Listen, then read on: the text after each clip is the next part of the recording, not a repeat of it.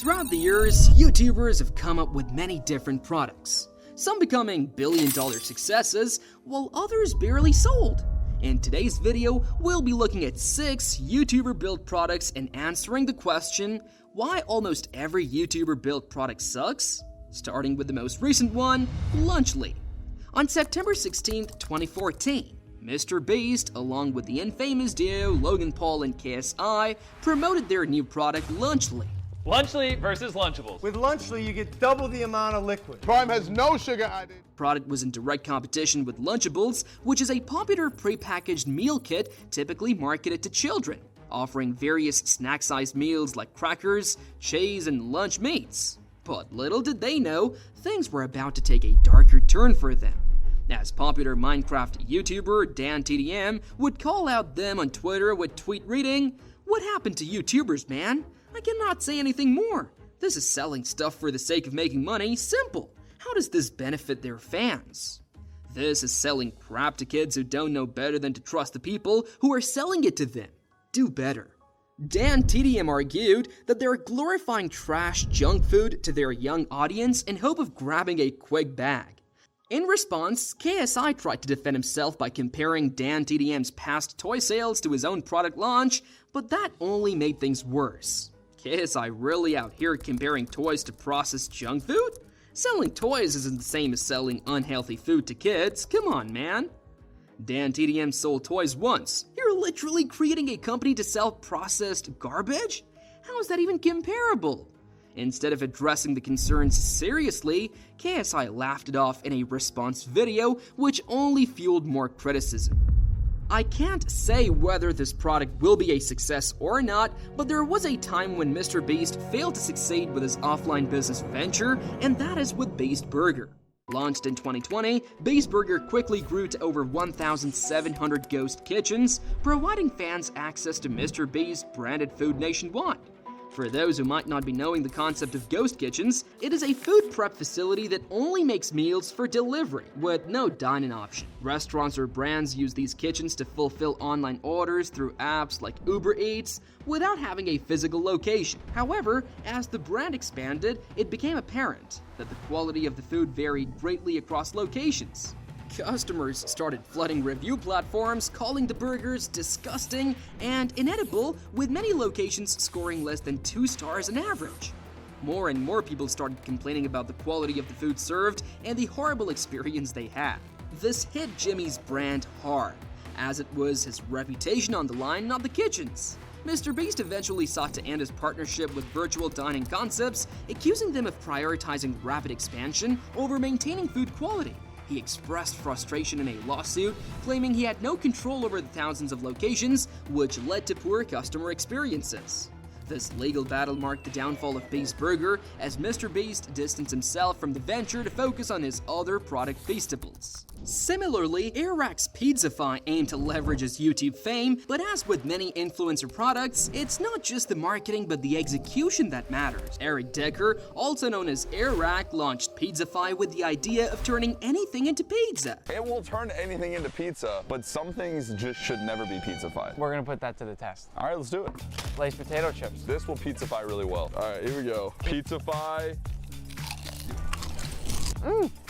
Wow, it actually does taste like pizza. That's pizza. The product initially captured a lot of attention, leveraging his 14 million subscribers and influencer collaborations. It claimed to transform foods like fries, veggies, and even burgers into pizza with its signature sauce. However, the momentum didn't last long. While some fans appreciated the product, others simply criticized its taste. And the hype quickly died down, with Airrack being exposed for faking his content, and charitable donations contributed to the product's failure, as no one wanted to support a product connected to a creator with such a damaged reputation. Although the product is still available online, not many people are buying it. And next up on the list, we have David Perfume. David Dobrik launched David's Perfume at the height of his popularity, offering 2 fragrances priced at $60 each: Amber and Cashmere, and Grapefruit and Sandalwood. While the initial buzz was strong, driven by his huge fan base and influencer marketing, the perfume never really caught on. Critics pointed out that the scents, while well packaged, were nothing extraordinary, and many people bought them out of curiosity rather than for the product itself.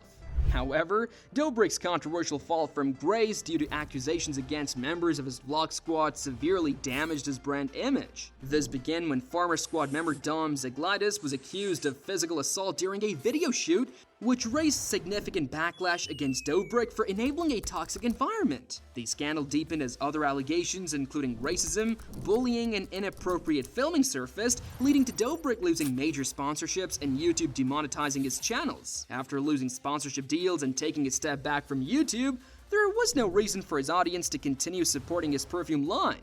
Like many influencer-driven products, David's perfume couldn't succeed without the continued presence and promotion of the creator. The product relied heavily on Dobrik's fan base rather than fulfilling an actual consumer demand, leading to its decline when his influence waned. On the other hand, Pokimane's Mina Snacks faced backlash for being overpriced. On November 13, 2023, she launched Mina Snacks, marketing it as a healthier cookie. However, the product quickly stirred controversy. People accused her of rebranding an already existing cookie brand and selling it for 3 times the price. To this, Pokimane would respond by explaining that although her cookies were made by the same manufacturer, she worked with them to make the recipe healthier while maintaining the flavor. So when we started working with this manufacturer, we taste tested a bunch of stuff of theirs, but when I tasted, well, it was an older version of these, I was like, these are the ones that I like the most. So we took that recipe and we refined it a lot. Despite this, many fans were still unhappy, primarily because of the $7 price tag for each bag. The situation worsened when Pokimane, frustrated by the backlash, referred to some critics as broke boys. When people are like, oh my god, $28 for cookies? It's 4 bags. That's $7 a bag. I know math is hard when you're an idiot, but like, if you're a broke boy, just say so. This response only fueled more outrage. Many argued that calling out her audience, especially those who had contributed to her success, was a poor business decision, even after she apologized, saying her comment was a joke and that she would look into adjusting the pricing. The damage was done. YouTubers have built a lot of products, and while some took off, others flopped hard. But why do so many YouTuber-led businesses fail despite their popularity? There are a few reasons why most YouTuber products don't work out. The first issue is that the products are often too closely tied to the YouTuber's personal brand. Take David Dobrik, for example. When his reputation tanked, his perfume sales plummeted too. It shows how much a product's success depends on the YouTuber staying relevant and having a clean image.